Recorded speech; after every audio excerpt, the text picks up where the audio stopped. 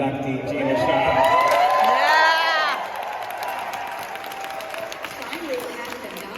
Finally, it happened. Mind blowing. You and the Go-Go's broke through the rock and roll glass ceiling. It feels overdue that you be in that Hall of Fame. What was the experience like? I think we should just start with the big news. What does it feel like to get inducted? Can you tell me a little bit about the ceremony? The whole thing was very surreal, I have to say. I felt like I was like above myself watching it all happen, because when you think about it, it's like, no big deal, no big deal. But when it's happening, it blows your mind, and all those people are there and showing such love and respect and getting all the props. It was an amazing night, and it felt true and honest to everybody that we talked to.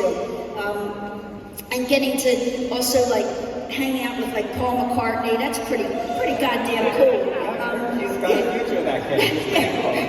And Drew Barrymore did Go-Go's drag. Yeah, true. I was asked many times about, what's the deal with Drew? And the deal is I couldn't have been happier with her in being the one to induct us, because she has truly been a fan of the Go-Go's since she was a little kid. Like, we all remember walking off stage and she'd be standing there with her mother. And this went on for years and years, and then, like, she went through some heavy stuff, we've all been through it, but she has come out like on top of the business, and I'm so proud of where she is now. And she's such a good girl. She's a good person. She deserves all that she's getting now. I love that she put the cold cream on her face. Yeah, we didn't know she was doing that. We had no idea she was going to do that. Did you all lose your mind? No, when we were backstage, we all started getting teared up. It was like, Jesus Christ, I can't believe she's doing that. And okay, so I have to ask you about another drummer, Questlove. Oh yeah, that was wild. So I'm talking to Paul McCartney, and somebody tapped me on my shoulder, and I turned around, and this dude, he had on his little mask, so I didn't recognize him. And he goes, "Hi, my name's Questlove, and I really wanted to meet you," or whatever. And I was like, "Yeah, hi, how are you?" And he said, "I just want to tell you, when I was 11 years old, I remember sitting and listening until we got the beat, and I kept trying to figure out how you were doing that, what drums you were using and all." He said, "Can I shake your hand?" And I said, "Sure." So we shook hands, and he said, "Now I can die a happy man." And I was like, "Are you joking? That guy is the groove master." He's the kind of drummer that I love. I have such great respect for that guy, because he's not about showing off or anything. He's about like setting the groove, getting into the groove, and making that song shine. So that was a big moment for me to meet him, and then him to like say that, I was like kind of knocked out. So specifically, I love the minutia of this. He talked to, correct me if I'm wrong, didn't he talk to you about how he could never quite master what you did and We Got the Beat? That he was asking you about? How weird, because it's really easy. It's a very simple beat. It's just that I chose maybe not the particular drums that most drummers would choose to do that beat. Okay, if I may start the evening off, I think in spectacular fashion, may I request that you demonstrate a little bit of what that beat was? Okay, I'll show you on my hand. So, Gina Schock drumming in St. Joseph's. So normally, okay, first of all, the way that it happened is Charlotte brought in that guitar riff, that eighth da-na-na-na-na-na-na. When I heard that, like, I immediately started doing the beat, which was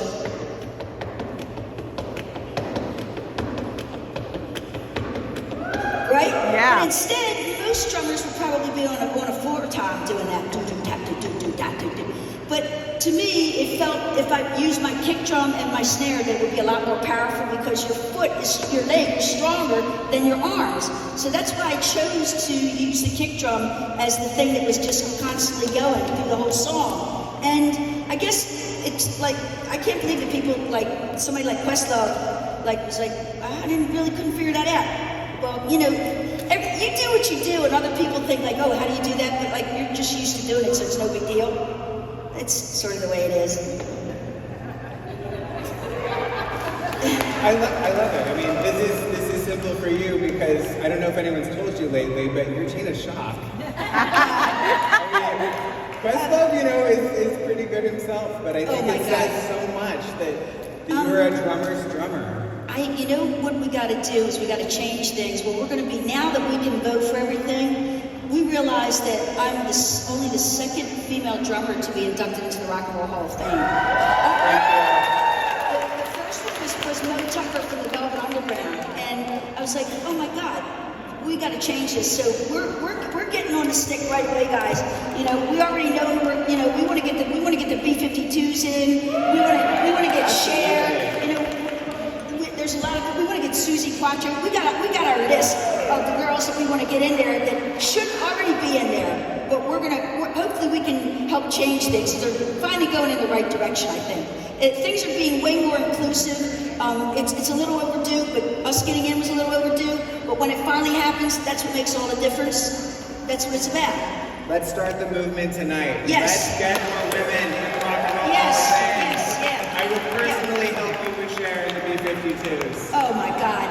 Yeah. So it's not just the Rock and Roll Hall of Fame, it is this spectacular exhibition upstairs, and it is this incredible book made in Hollywood.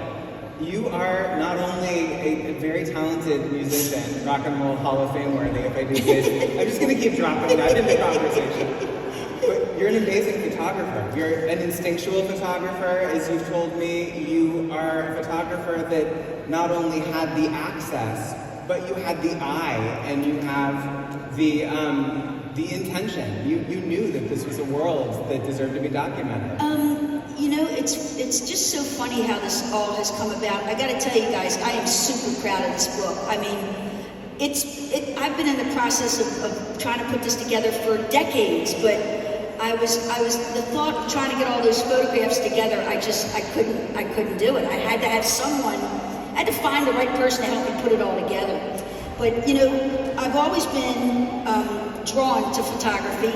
I love it, and I always had a camera with me. Even when I was driving across country in 1979 with my friend from high school, I had an Instamatic, and I was taking photos along the way. And when I got to LA, I kept taking photos. Then when I made a little money, I bought a Canon 35mm. Then I made a little more money, then I bought a Polaroid. And it just kept going and going. And I felt like I had to start taking photographs of what was going on around me. Well, it just so happens that I'm in the Go-Go's. So, you know, my subjects are in the band. It's right there. And they'll do anything I tell them. So it was like, you know, we're a gang of girls. We're having fun. We want to have fun. And that's what we were basically doing. Nothing was like set up to happen the way it did. It just naturally happened in a very organic way. And that's the thing that's so awesome about the Go-Go's.